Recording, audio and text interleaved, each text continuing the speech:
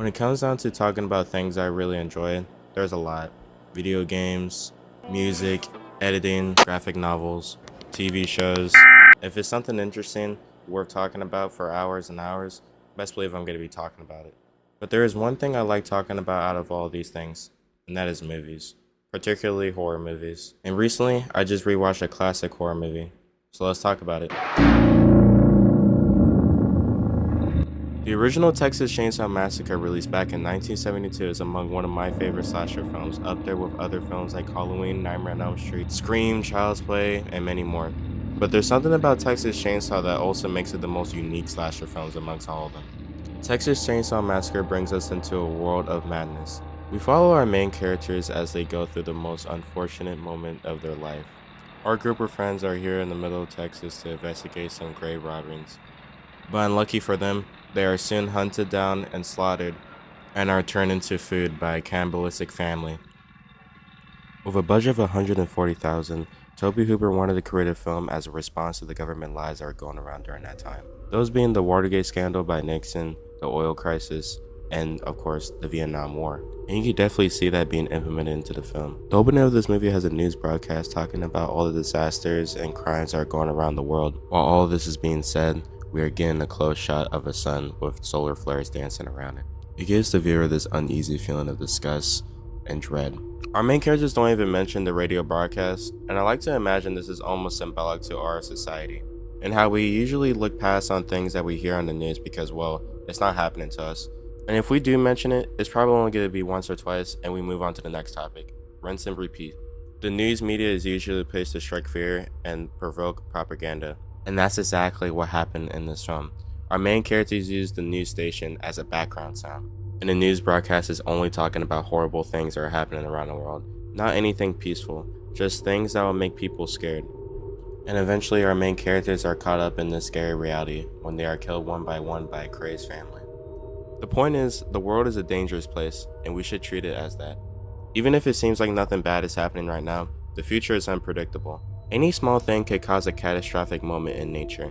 The fear that we imagine or indulge in is the fear that could possibly become reality, and that's what makes this film scary. The film gives us this question as to who will survive and what will be left of them. Who will survive the family? And you can look at the family as a representation of what man could create.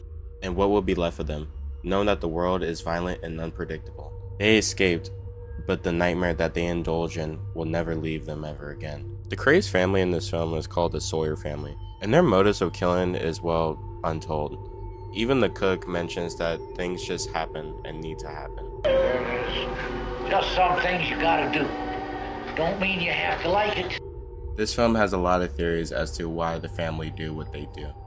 Like for one, the whole family lost their job due to the air gun becoming a bigger thing in the slaughterhouse industry, which resort to them cannibalizing people and making them into food to start their own business. Another theory is that there's some kind of cosmic nature going on in the film, and the reason the family kill people and eat them is to live on forever, and that's why Grandpa is literally ancient. Even down to one of the characters reading an astronomy book about Saturn and a bunch of other planets. And the reason why the events unfold in this film is because one of the characters is a Capricorn, and Capricorn is ruled by Saturn. It's basically a lot of shit to unpack. I'll just leave a video down below to explain it. There's a lot of fun and interesting theories as to why the Sawyer family do what they do. But I like to imagine that the Sawyer family is just doing this because they're embracing what the world created, and that is madness. At one point, the Sawyer were probably just one big happy family, until everything was just going to hell.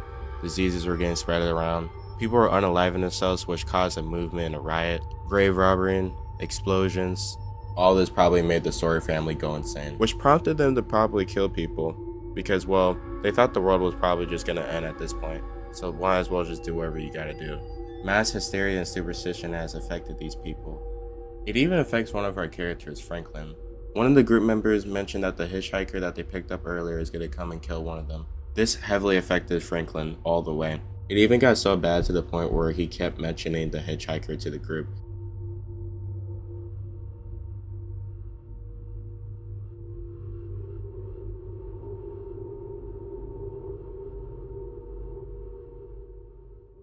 This film was also really great for not putting a lot of music in it, but instead replaced it with ambient sounds and instruments just hitting against each other. It honestly brings down the tension and fear in scenes that should have music, but don't. It gives us time to look around and scan our environments and just be in awe of the movie. Tobe Hooper described how he wanted to create an apocalyptic soundtrack for the film, so the audience will feel overwhelmed while watching it. And I can appreciate that artistic thinking, because you do feel it in this film. The environment which our characters are in feel dreaded and dead. It's almost like if war has struck here, and whoever was living in it are probably long gone. And even how we get shots of the sun, looking like a giant bomb has dropped.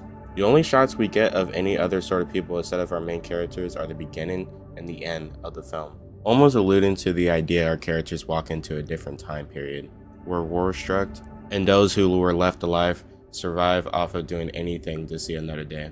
The environment we are looking at is icky, nasty, gross, and disturbing, and we can feel that while watching. The actors in this film mention how they'll never want to work with Tobe Hooper ever again, going as far as to talking about how unpleasant it was for filming, to props not working resorting to actually using real weapons, to the blazing Texas heat that caused a lot of people on set to get sick, even down to some people on set not looking at each other eye to eye well. This film went through hell and back, but the final product was phenomenal. Texas Chainsaw Massacre ended up grossing $30 million during its release, and also winning the Special Jury Prize at the Avoriaz Fantastical Film Festival event in France. Even to this day, some dedicated fans of Texas Chainsaw go to the site that it was filmed, Austin, Texas. There were a lot of other sequels after the first Texas Chainsaw Massacre, but only one was filmed by Tobe Hooper, and that was the sequel, Texas Chainsaw 2. Will I be talking about the other sequels of Texas Chainsaw Massacre? Probably, maybe, no. Whatever the case may be, you can't argue that during the time of its release, Texas Chainsaw Massacre has definitely changed the landscape of horror as a whole. Even to this day, Texas Chainsaw Massacre is still praised by a lot of people for its filmmaking, and will probably continue on living on that legacy of being one of the best and most grounded slasher films ever made.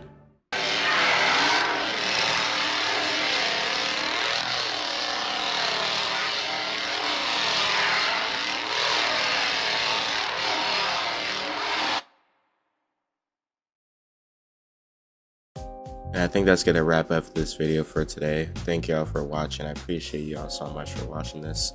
Yeah, I just want to do some little thing here, talking about Texas Chainsaw Massacre. You know, in the beginning of the video, I rewatched it for the 40th anniversary, or the 50th, or something like that. I don't know. Wherever the case may be, I rewatched it, and I was like, man, this film still holds up. You know, like, it's amazing. You know, I just love the visuals and the storytelling and like this atmosphere of the film. I was like, man, I should do a review talking about this, you know. And that's what I did today. And yeah, I eventually want to start talking about some other movies as well, and doing it kind of fashion like this if you guys are down with that. If not, then let me know in the comments. And I think that's gonna be it for this. Yeah, make sure you guys like and subscribe and share, and leave your comments and a bunch of other things like that. And I guess I'll see you guys next time with another review on a different type of movie or something. Yeah, alright, I'll see you guys later.